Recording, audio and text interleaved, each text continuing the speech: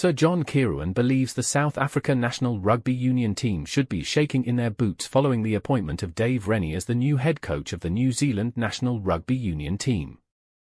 The 62-year-old has taken over from Scott Robertson, who was dismissed in mid-January despite still being early in his 4-year contract. New Zealand Rugby has now turned to Rennie as the man to guide the team towards the Rugby World Cup in 2027 after concerns grew about the direction the side was heading under Robertson.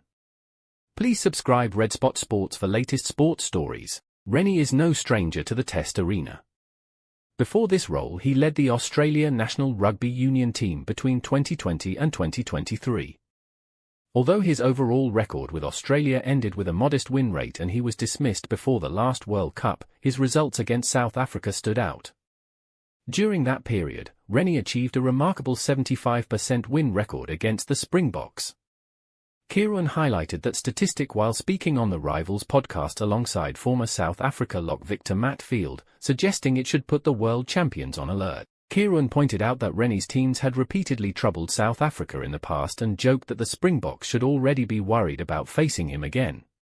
He also mentioned the possibility of the two sides meeting in the quarterfinals of the 2027 World Cup, noting that one of the teams with an unbeaten quarterfinal history would eventually see that record end. Before that potential clash arrives, the rivals are expected to meet several times in the coming year as part of a major rivalry series scheduled for 2026. The teams are set to face each other 4 times, including 3 matches in South Africa and another in the United States, giving Rennie an early opportunity to test his plans against the reigning world champions. Although Rennie will only fully assume his role once the Japanese club season finishes, he has already started laying the groundwork for his new era with the All Blacks.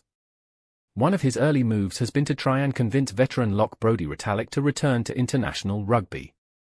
The new head coach also faces an important decision regarding his backroom staff. Most of the assistants from the previous regime remain under contract, but changes are expected as Rennie assembles a group he trusts. Kirwan believes the coach will carefully assess the pressure and responsibilities placed on assistants at international level and may retain a few familiar faces for continuity. At the same time, he expects Rennie to bring in new voices from around the rugby world, including potentially some overseas specialists. Kirwan agreed, emphasizing that trust will be a crucial factor for the new All Blacks regime as they attempt to restore dominance in world rugby and challenge the Springboks once again on the biggest stage.